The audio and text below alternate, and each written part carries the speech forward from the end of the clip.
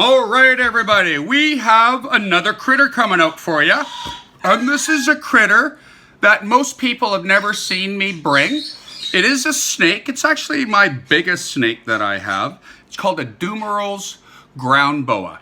And I was pretty lucky. I was able to get this guy off a buddy of mine named Jim, a Ladner boy.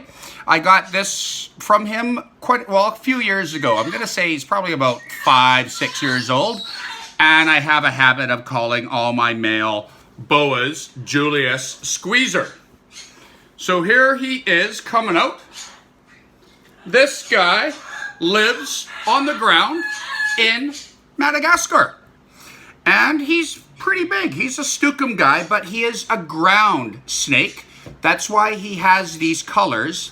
I'm going to say maybe a good word to use is they are called cryptic colors, all about camouflage for his well-being.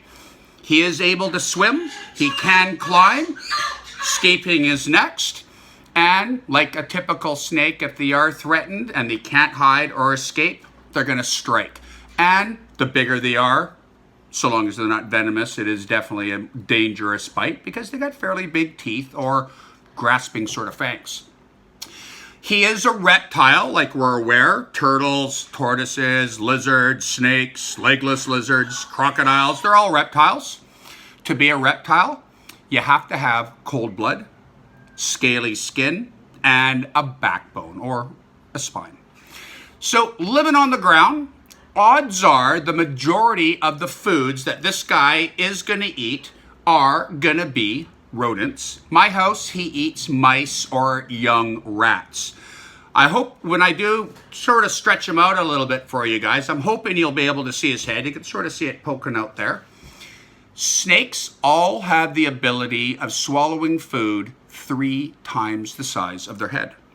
And I compare that to like an adult trying to swallow a basketball, someone smaller, maybe a soccer ball. And they don't unhinge their jaws. Lots of people think that, but they don't. Their jaws aren't built like a normal animal's jaw. They're connected by ligaments, maybe tendons, but they can stretch really wide, to open wide, to engulf their food. They can swallow big things. Bigger the thing they eat, the longer it's going to take to digest, and a snake is not very active once it's eaten because it wants to go somewhere warm and safe so it can digest its food, poop, and go and look for its next meal. One of the neater things I think about boas, a lot of people think all reptiles hatch from eggs. That is not true. Boa constrictors, rattlesnakes, garter snakes, they're born alive. And there are quite a few lizards that are born alive. There's some chameleons, there's skinks, there's alligator lizards. And we actually have a skink and an alligator lizard in BC, in the Lower Mainland, that do give birth to live babies.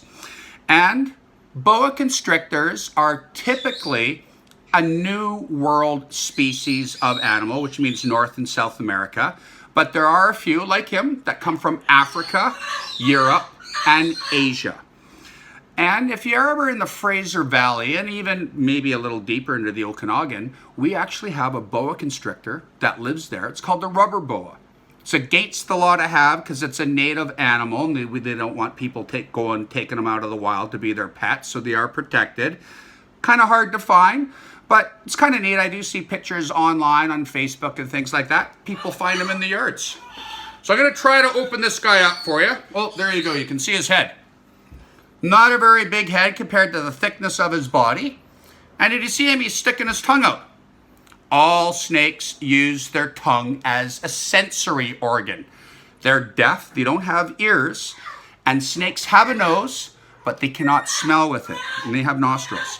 They have a Jacobson organ in the roof of their mouth that when the tongue goes out, it's a forked tongue, it picks up chemicals in the air, goes back into the mouth, into the Jacobson organ, which is a little tube, and at the end is the organ. And when they stick the tongue in there, it transfers chemicals to the organ, and it teaches them who or what is around them. Danger, get away, dinner, go get. And so he's kind of open up, and you guys can see him. And the reason I don't bring him out to most groups is In the past, he's been actually a little bit grumpy with me, but he's actually being really, really nice right now, so he might come and visit the odd group. And because he's kind of big, I sometimes don't want to bring the biggest things that I have, just to lower people's fears if they have some. Start them off learning about something smaller, and then, you know, it might be easier to bear their fear, I guess is maybe a okay way to say it. So I hope you enjoyed meeting someone that most people have never met in my collection. And I'll be coming back to you guys again in a few days with some other videos. Thanks a lot.